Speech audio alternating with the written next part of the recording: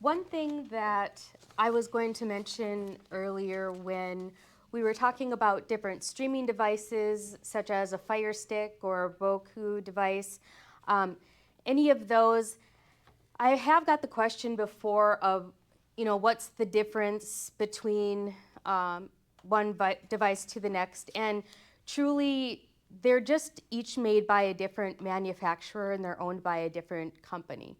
So at the end of the day, they all do the same thing. It's just a matter of preference. So, for instance, if you get a Fire Stick that is owned by Amazon. So, before you even, if you do get a device such as a Fire Stick or a Roku, before you even plug it into your TV, you would need to go to either Amazon.com if you got a Fire Stick or Roku.com if you got a Roku, and you're going to want to register your email address with those devices or those websites. It'll make your life a lot easier once you have your email address registered with them. You're going to create a password, and you'll want to write that down for future reference if you ever need it again. Because once you plug that device in, they're very simple. It'll walk you through step by step to connect it and so forth. But you will get to a spot where it's going to want, to know your email address. So you'll already have that done, and then you'll be able to log in with that email address that you've registered ahead of time, along with your password. So it will make your life a lot easier if you do that work ahead of time. You can do that on your laptop or iPad or even your smartphone, whatever is easiest for you to use.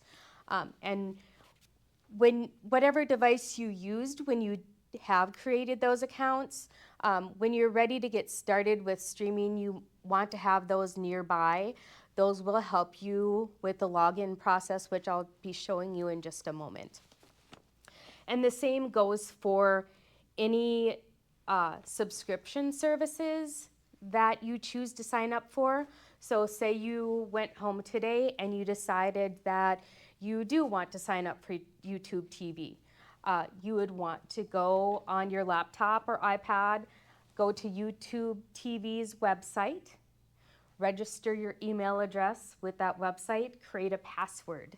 So you'll have an account registered. So that way, when you do get to the app on your TV, you'll have that information already done ahead of time, and it will be much easier and make your life easier logging in to that app.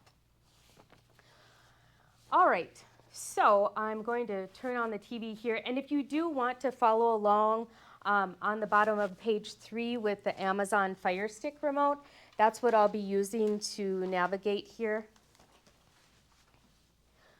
So this TV is a good example of how you may occasionally need to upgrade a already smart TV.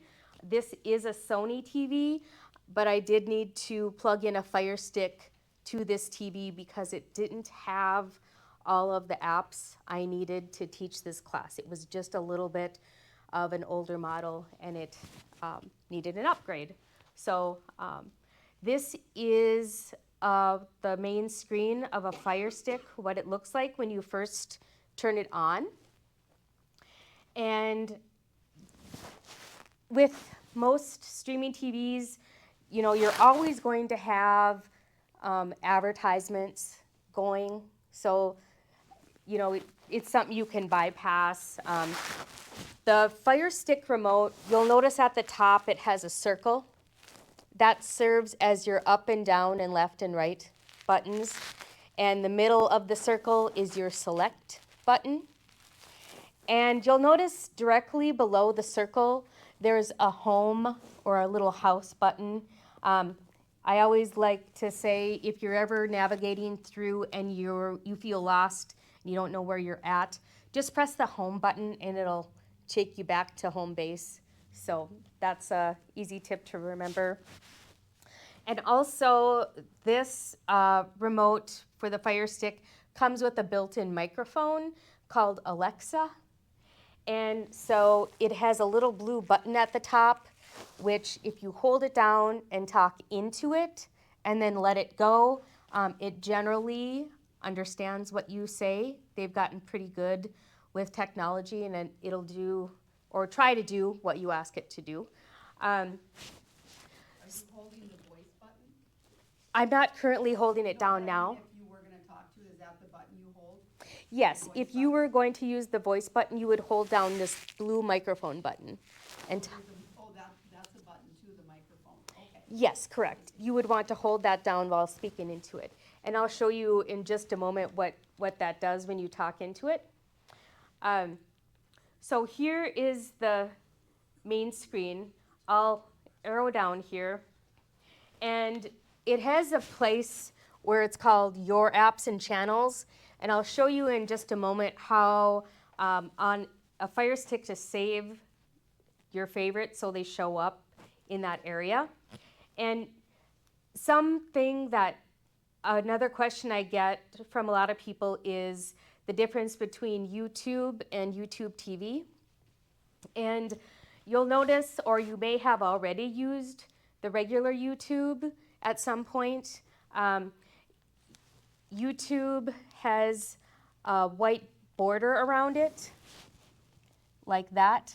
The regular YouTube is a very broad informational app. It has almost everything under the sun. For instance, one time I had to look up how to fix my garbage disposal, and you might find a video how to do that.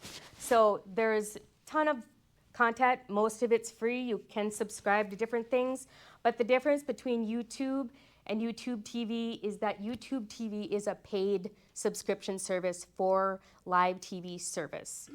And that app has a black border around it. And I'll show you in just a moment how you'll notice YouTube TV and Pluto are not on the favorites yet.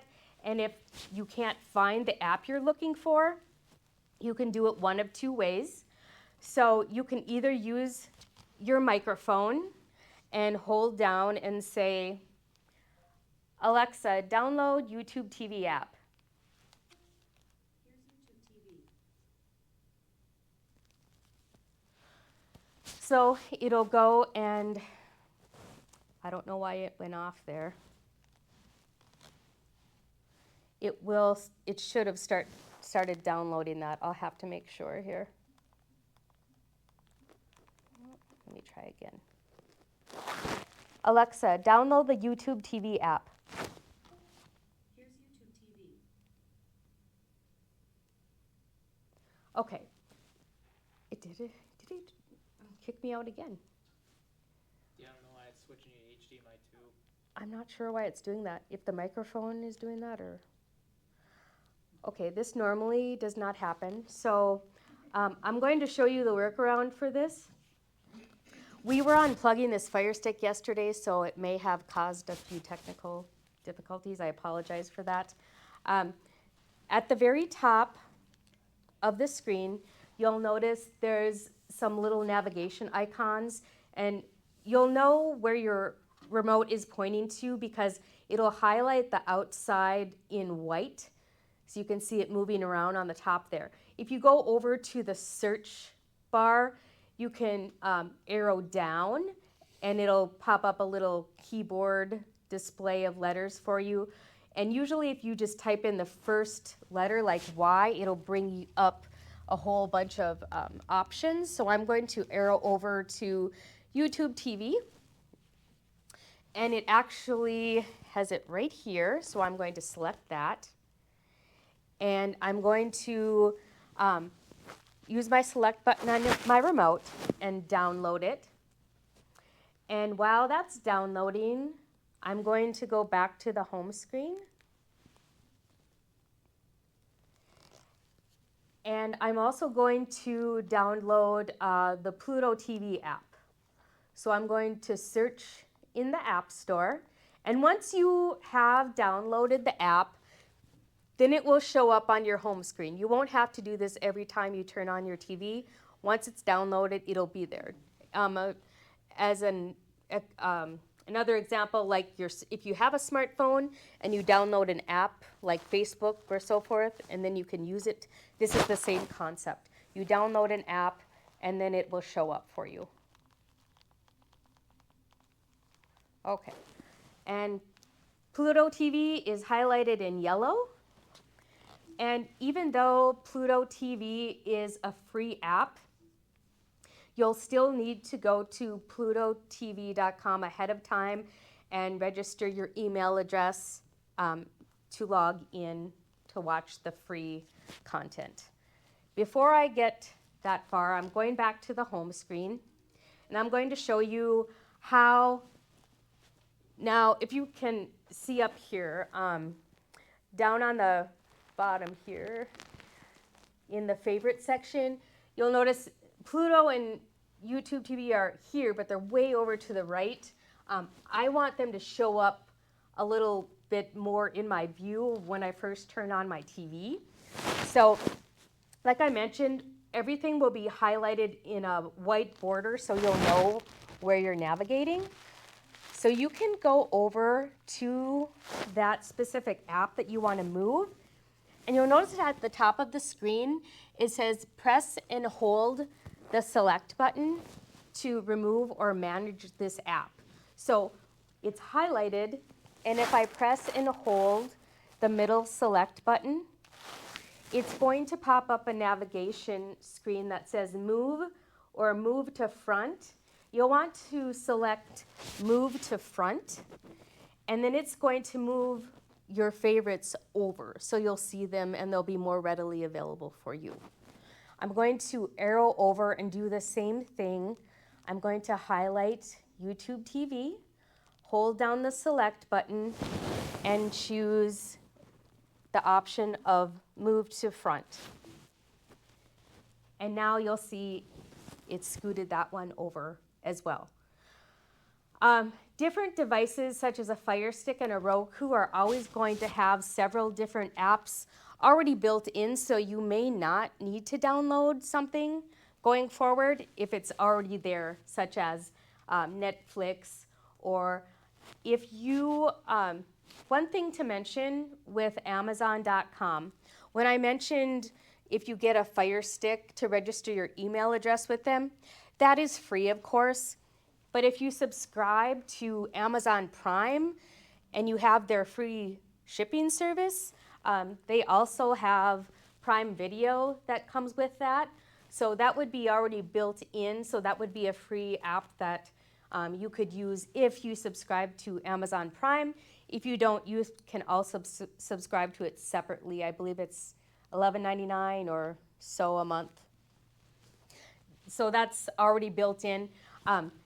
Just because an app is built into your device doesn't mean the content is there for you to watch for free. It's something that you need to subscribe to. So even though I see Netflix here, if I click on Netflix, it's going to ask me to log in. So you'll notice that if it is a subscription service, it's going to ask you to log in when you first see their main screen. So this is what it would look like. It would say sign in. I would not recommend clicking get started, and I would not recommend signing up for an account with your remote control.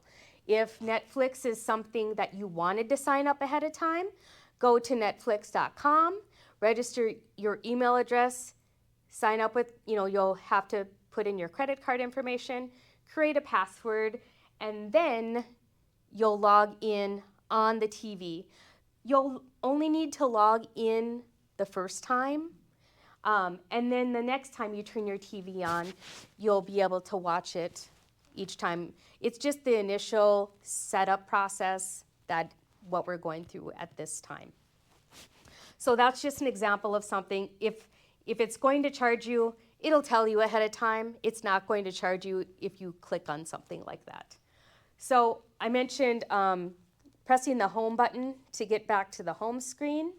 So we're back at the home screen, and talking earlier about that KFYR TV has their own local news app. So if KFYR is something that you could search for in the App Store, and it's their logo, KFYR, with a blue plus sign. So that is the local news app. I've downloaded that ahead of time, so I'm going to click on that just to show you an example of what that looks like.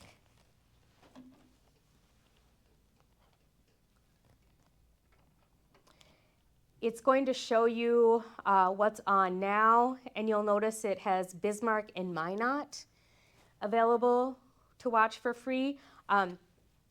What comes with this app is an occasional 10, 15, 20-second ad. You know, it's going to have commercials here and there. That's how they pay to have this app, to provide it for free to the general public.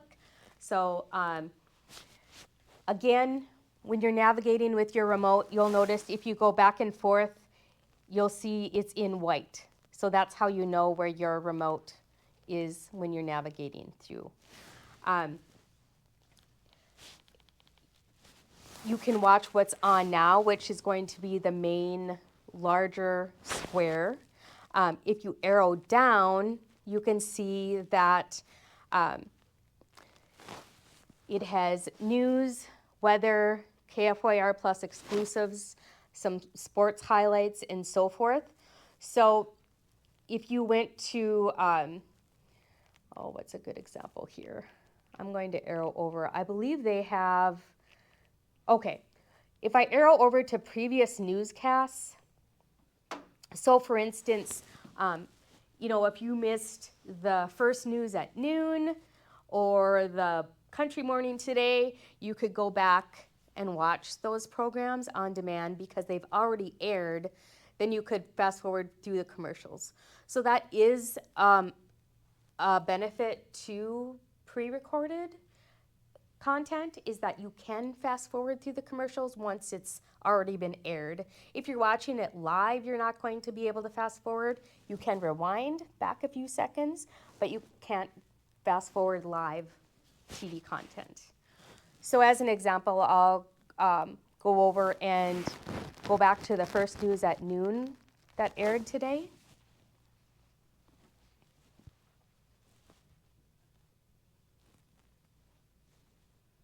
And then here's where you're going to have, it'll show you the ad in the corner is counting down from 28 seconds. So there'll be a almost 30-second commercial, and then you'll be able to watch the noon report.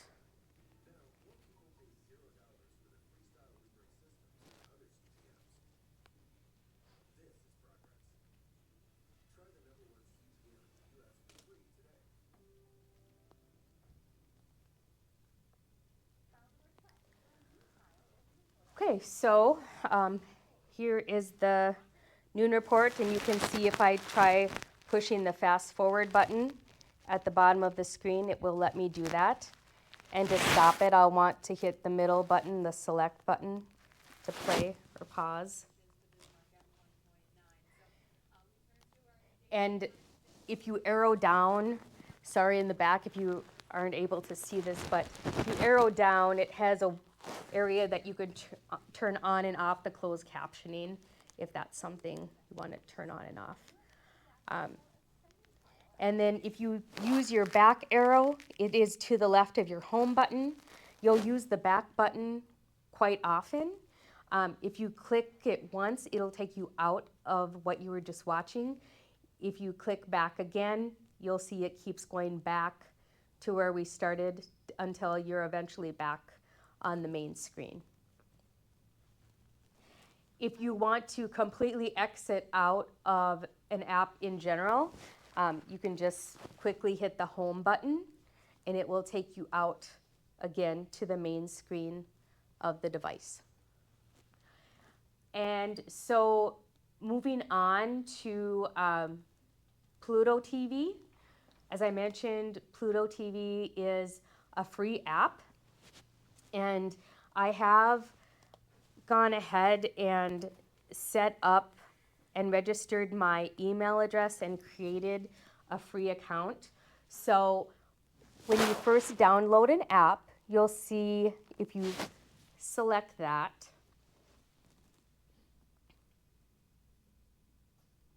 now you can have either your smartphone or your laptop or your iPad next to you when you're logging in to an app for the first time.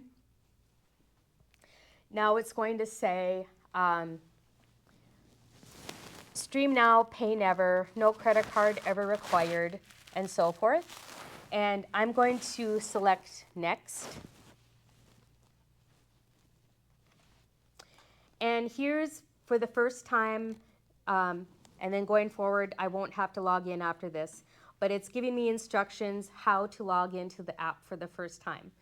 So either from your smartphone or your laptop or your iPad, it's telling you to go to pluto.tv/activate. And it will give you a unique code at that time.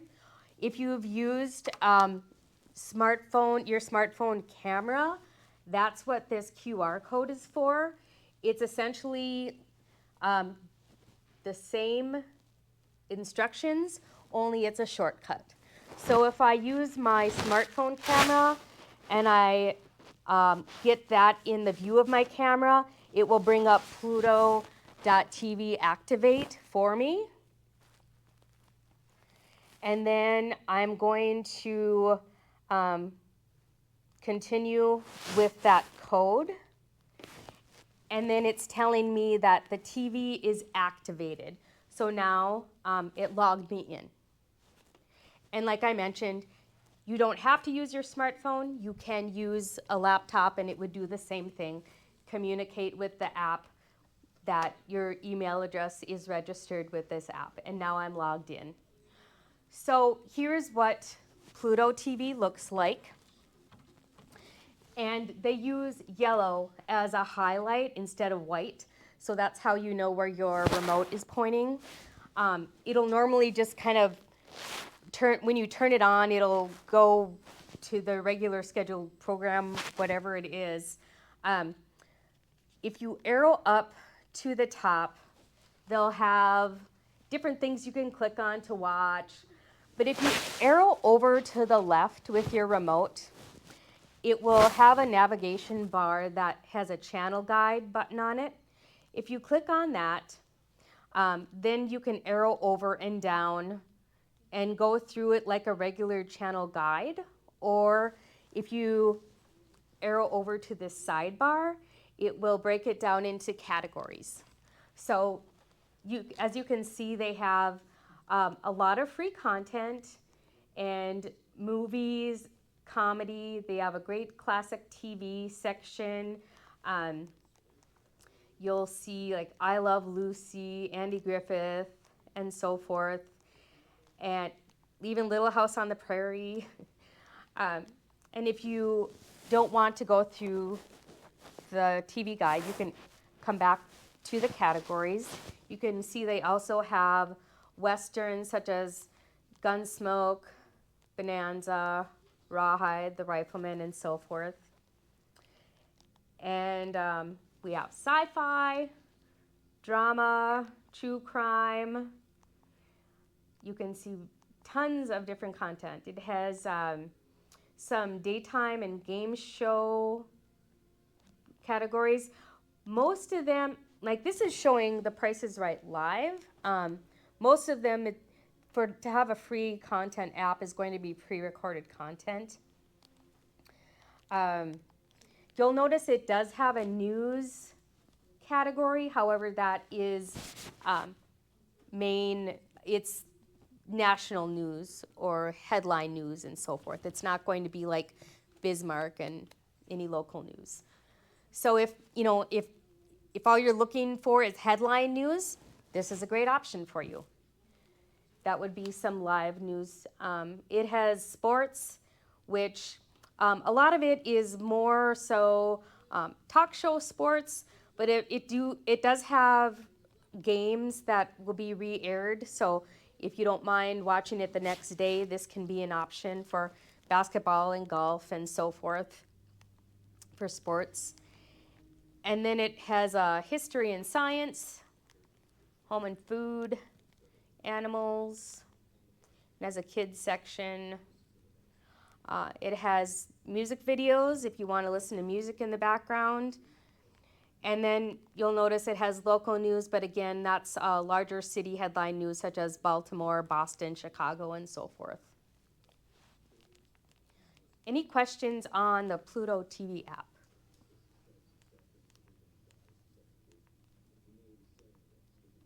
No? So again, this is free. It is something worth checking out when you're first starting to stream. If you don't want to commit to a subscription service, this is plenty of free content to be able to go through and watch. Okay, back to the home screen. Now, YouTube TV is a subscription paid service, and WRT has a subscription to that channel for this class purpose. So when I mentioned if you do sign up for a subscription service, you'll want to go to that website ahead of time, register your email address, get your account set up, put in your credit card, and all of those things before you try to press the button or watch it on your TV. So now that all of that has been done ahead of time, we can go ahead and arrow down and find that YouTube TV app. And when you click on it the first time, it's going to want you to log in.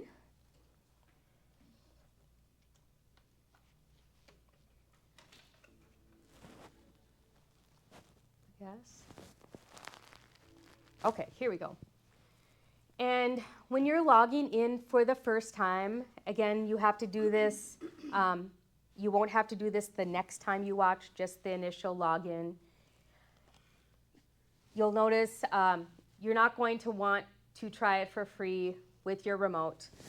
You've already created your account. So what we want to do is the member sign in. And you'll notice at the top right-hand corner is the sign in. When I was mentioning earlier about how they change their offer generally every 30 days, this right now they have it so you could try it for 3 weeks free. So that would be a great time to sign up for YouTube TV right now. If you want 3 weeks of free TV, this is a great option for you. After 3 weeks, if it's something that you decide it's not for you, you can log in on your computer and cancel it. So, yes? Just a quick question. So if you have DirecTV, can you go ahead and put this on and just try it before you cancel? Yes. So, You can use both at the same time? yes, you can. So your DirecTV, are you using DirecTV as an app or are you using a dish service? A dish service. Okay, so if you're using a dish service, it's obviously hooked into your HDMI on your TV somewhere. And so, do you have a smart TV or will you need a Fire Stick? Our main TV is a smart TV. Okay, so, if you go to the home screen on your main TV, if you would download the YouTube TV app, you can switch your HDMI back and forth. Right. Okay. So that's no problem. If you want to go back and forth between Dish and YouTube TV, you can definitely do that. Correct. So all you would need to do is first just do the legwork of going to their website and creating an account. Okay, thank you. Yes. And so on the main screen of your TV, you see if you don't see the YouTube TV app, just go to your app store and download it.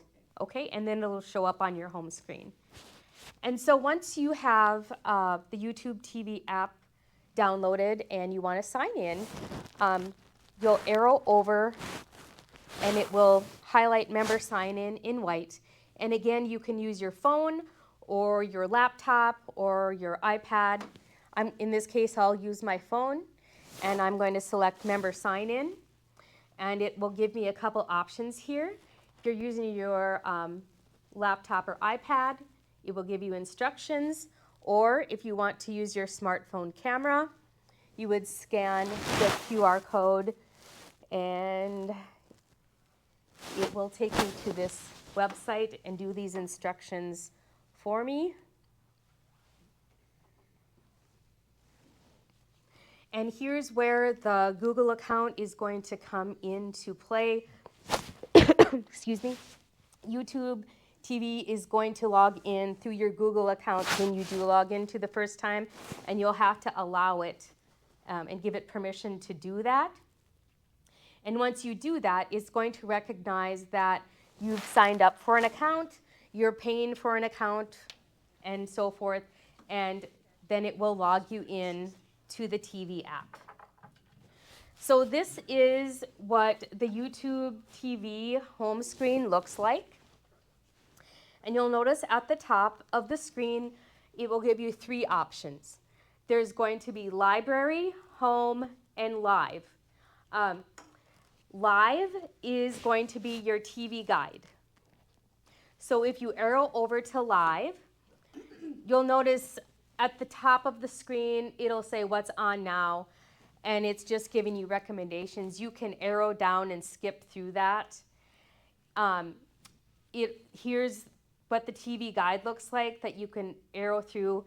You can also go on your laptop or iPad on your main YouTube TV account, and you can actually reorder your whole channel lineup. So if you want all your favorite channels to show up at the top and you don't want to scroll through and click through everything every time, you can rearrange it to your preferences. So that is an option. Do you have to do that on your computer? Yes, Laptop, okay. correct. And then the next time you would go out of the app and then come back in, and it would show the rearranged channel lineup. And you'll notice with YouTube, it's not going to have channel numbers. It goes by the network. So there's 2 ways that you can navigate the channel lineup. You can go through and go up and down like this. If you want, you'll notice since Dateline is an NBC show, if you arrow over, it will highlight the NBC. If you click on that, it's going to take you to all things NBC. So this will show you specifically all of the shows in NBC's lineup. So that's an option as well.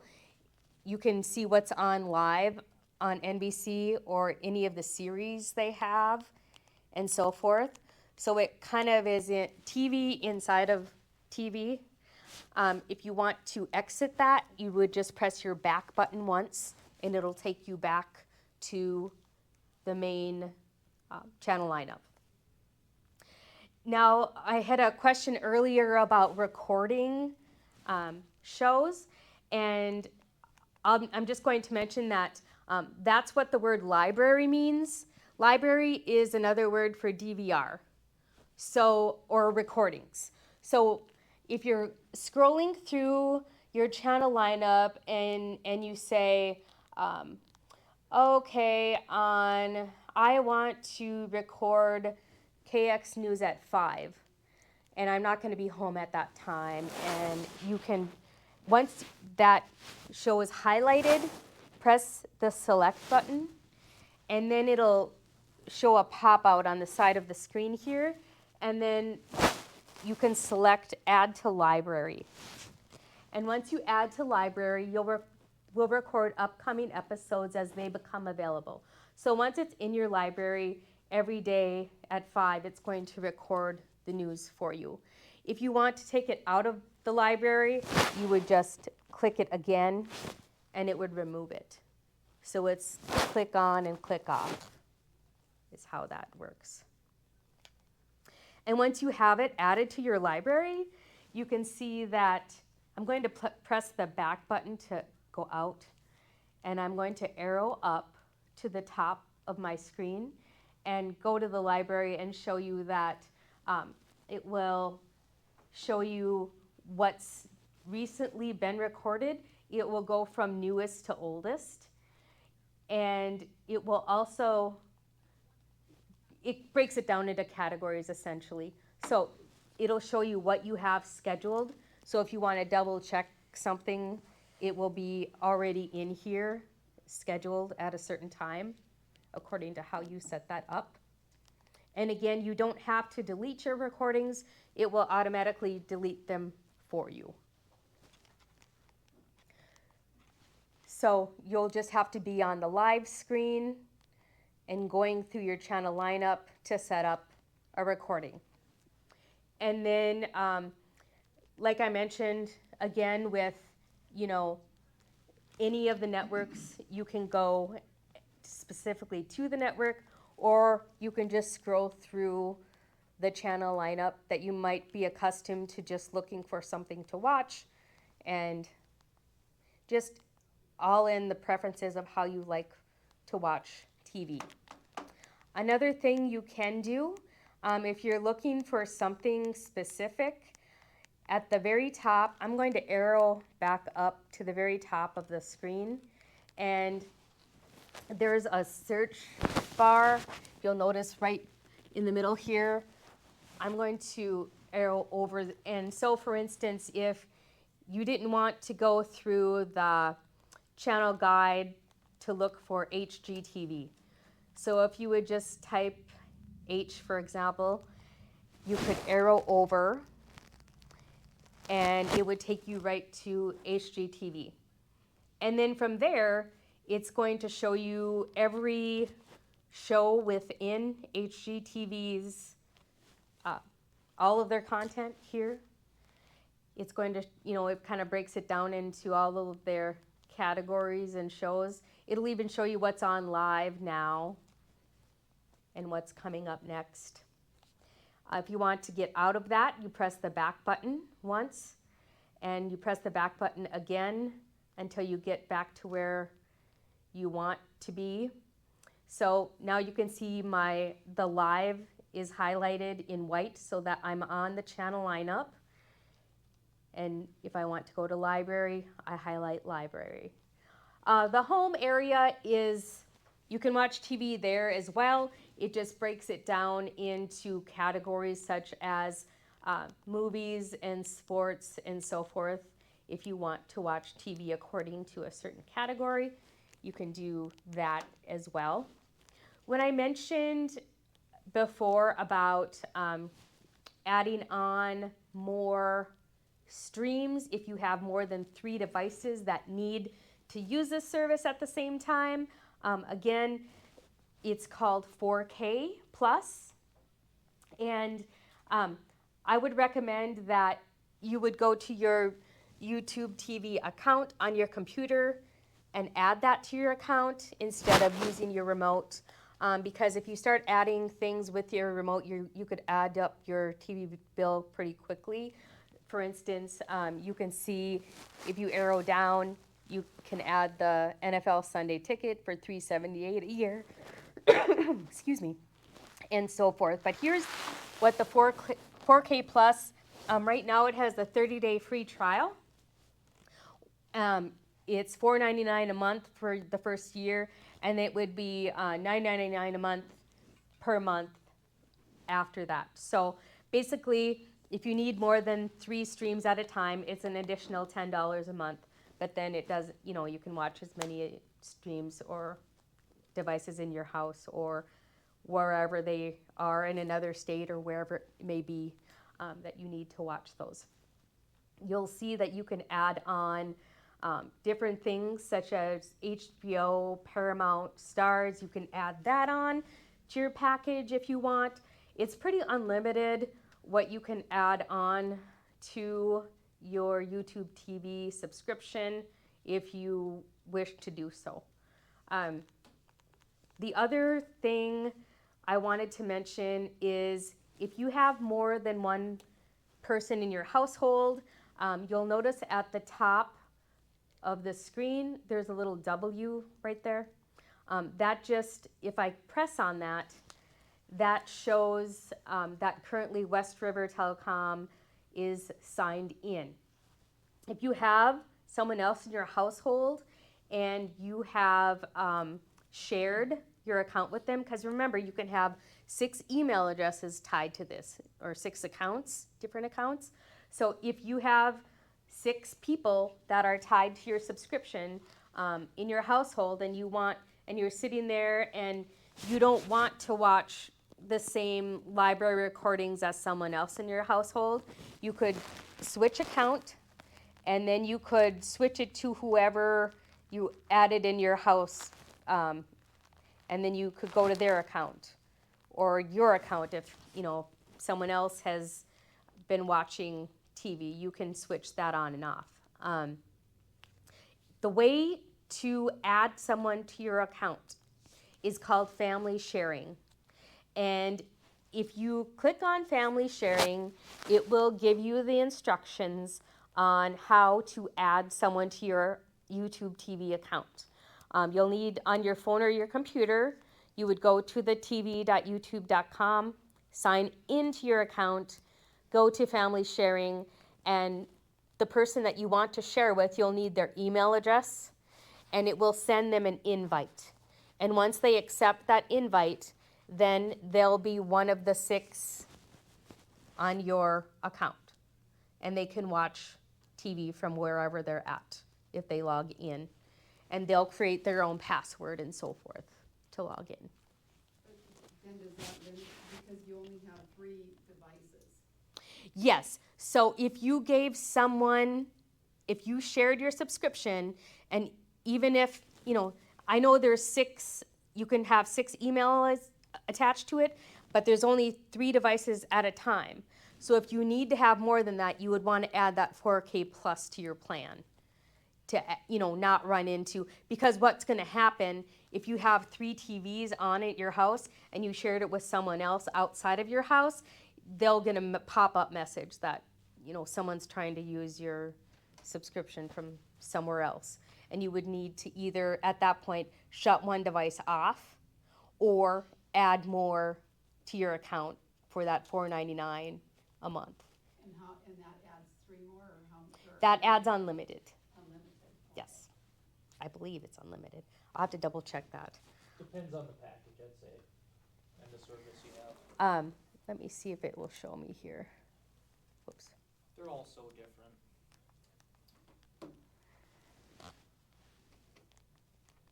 Oops. Okay, if I click on 4K plus. Unlimited streams, I guess. Unlimited? Yeah. So get better video quality on available content, watch recordings offline, and use unlimited streams at home. That's not a bad add-on. So for an additional $5 a month for the first year, you could get unlimited. Yep. Thank you. You're welcome. And as far as what the actual term 4K means is, I'll use it as an example of, remember when the word HD came out, high definition came out? Okay, it's just watching it in another clarity or definition. So in order to watch 4K, most Fire Sticks that are out now are in 4K. If you buy a TV and it says in 4K, you can watch 4K programming. The network has to be broadcasting in 4K in order for you to see it in that definition.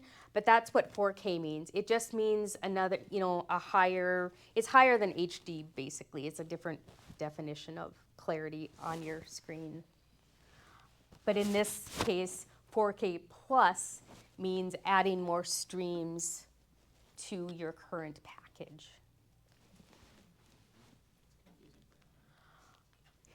All right, so any questions about this YouTube TV app that we're going through? I do have a couple questions, and it's really not with the YouTube app, but. It's okay. So say like, on the Fire Stick,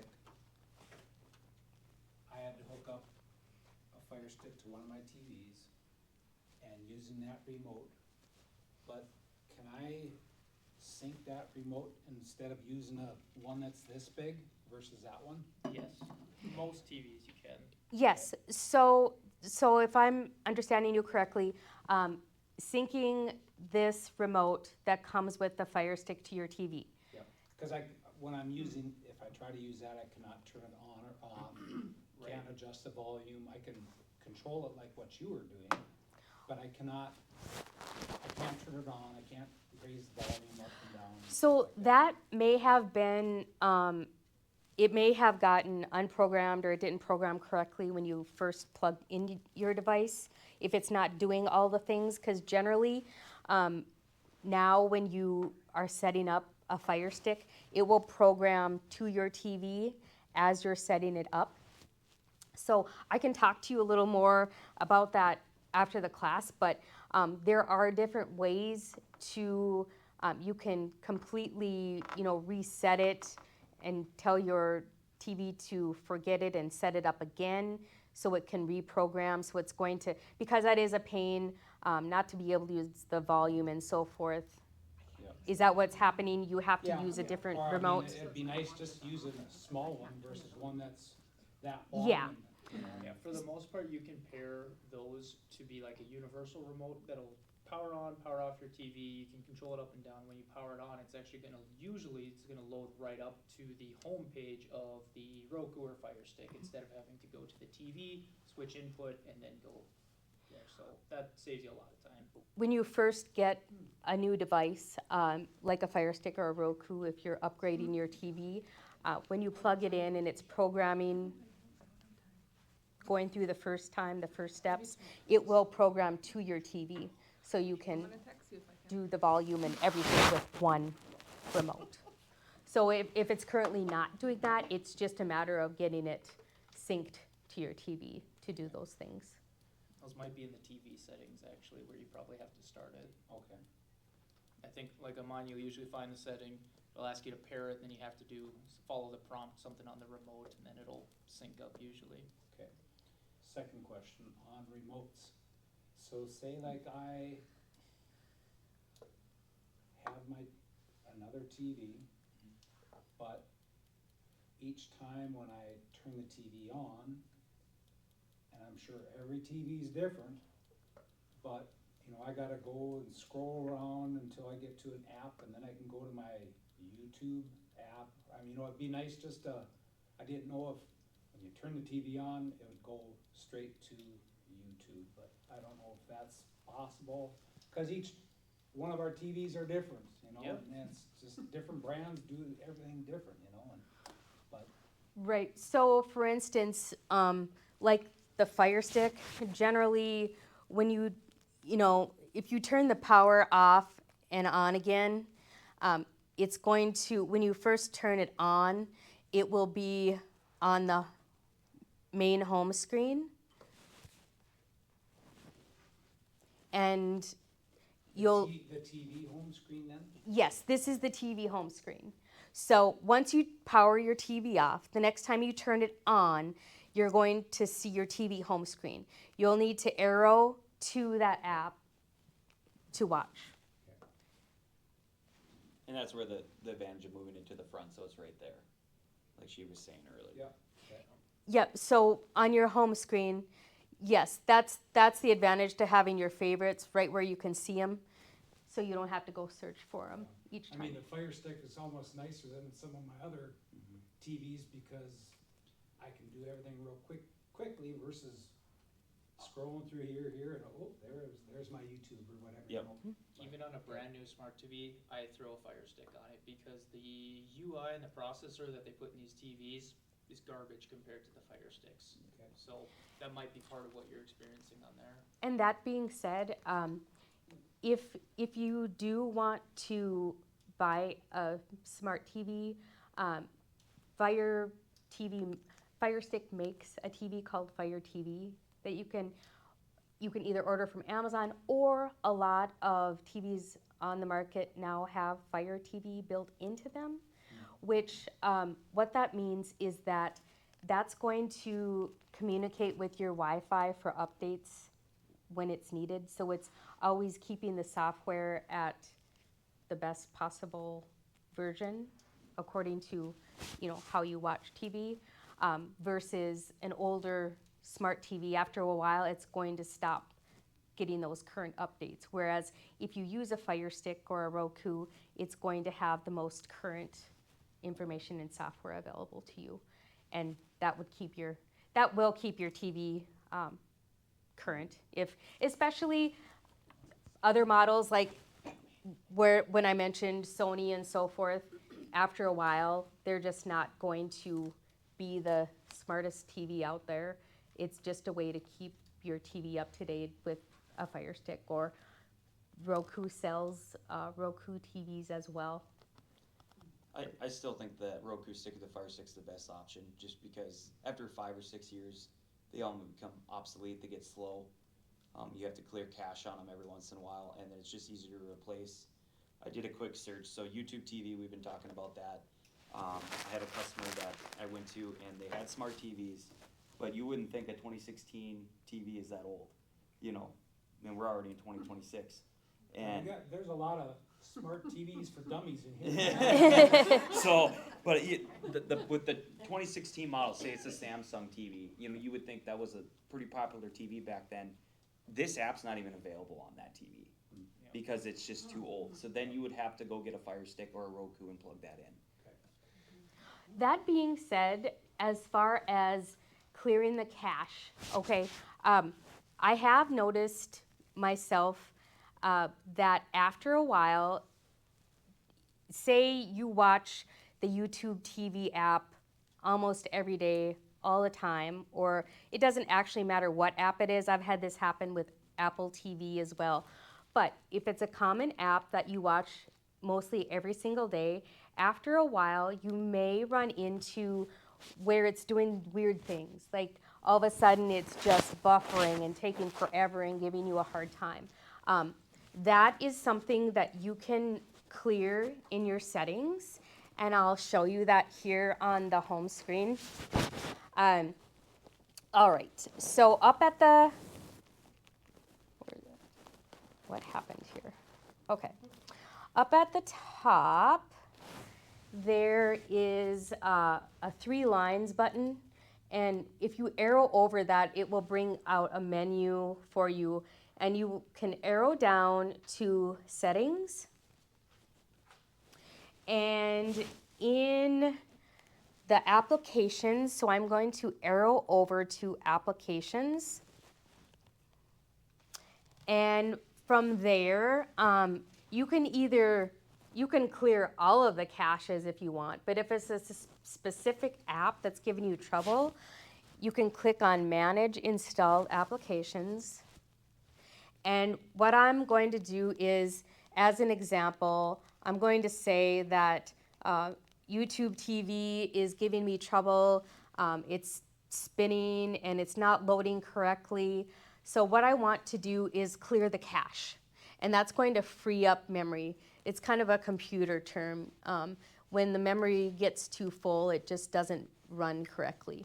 So at the top of the screen, it says press the rewind button to clear the cache.